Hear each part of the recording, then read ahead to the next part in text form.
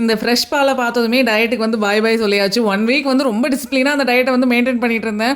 ஒரு கப் காஃபில எல்லா டயட்டையுமே நான் க்ளோஸ் பண்ணிட்டேன். 1 வீக் கழிச்சு காஃபி குடிக்கிறனாலே என்னமோ தெரியல. அவ்ளோ டேஸ்ட்டா சூப்பரா இருந்தது. நான் வேற பிஸ்கெட் தொட்டு சாப்பிட்டுட்டு இருந்தேனா, எங்க அம்மா உள்ள உட்காந்து என்னை திட்டிட்டே இருந்தாங்க. டயட்ன்னு சொல்லிட்டு இப்படி சாப்பிட்டு இருக்கேடி அப்படின்னாங்க. சரி என்ன பண்றது ஒரு நாள் தானே அப்படின்னு சொல்லிட்டு காஃபி எல்லாம் குடிச்சு முடிச்சுட்டு டின்னர் ரெடி பண்ண ஸ்டார்ட் பண்ணிட்டேன். நம்ம வீட்லயே வந்து புளிச்சக்கீரை இருந்தது. நம்ம தொட்டிலேயே வந்து போட்டிருந்தோம். ஸோ அதை சும்மா விட்டுருந்தா கூட எங்க அம்மா பருப்புல தூக்கி போட்டிருப்பாங்க. நான் வந்து பச்சடி பண்றேங்கிற பேர்ல அது ஒரு வழி பண்ணிட்டேன். ஓவர் கான்ஃபிடென்ட் உடம்புக்காகதுன்னு சொல்லுவாங்கல்ல, அது வந்து என்னோட விஷயத்துல ப்ரூவ் ஆயிடுச்சு. இந்த ரெசிபியே பார்த்தீங்கன்னா நான் யூடியூப் பார்த்து தான் பண்றேன். பார்க்கறதுக்கு ரொம்ப ஈஸியா இருந்தது.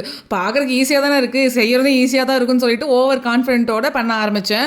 ஃபுல்லா சொதப்பிருச்சு. இந்த பச்சடிக்கு பார்த்தீங்கன்னா ஒரு சில ஸ்பைசஸ் எல்லாம் வறுத்து அரைச்சு பொடி பண்ணி ஆட் பண்ணணும். அட்லீஸ்ட் அந்த பொடியாவது கம்மியா ஆட் பண்ணிருக்கலாம். ஏன்னா கீரையே கம்மியா தான் இருக்கு.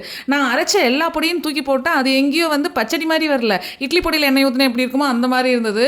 ரொம்ப பிலோ ஆவரேஜா இருந்தது. கண்டிப்பா இந்த ரெசிபி யாரும் ட்ரை பண்ணிடாதீங்க. வேற ஒரு நல்ல யூடியூப் சேனல் பார்த்து இந்த ரெசிபி ட்ரை பண்ணுங்க. நைட் டின்னருக்கு வேற பச்சை பயிறு தோசை ரெடி பண்ணியிருந்தேன்னா அதுக்கு வந்து இந்த பச்சடி சுத்தமாக செட் ஆகல. டேஸ்ட்டுமே நல்லா இல்லை.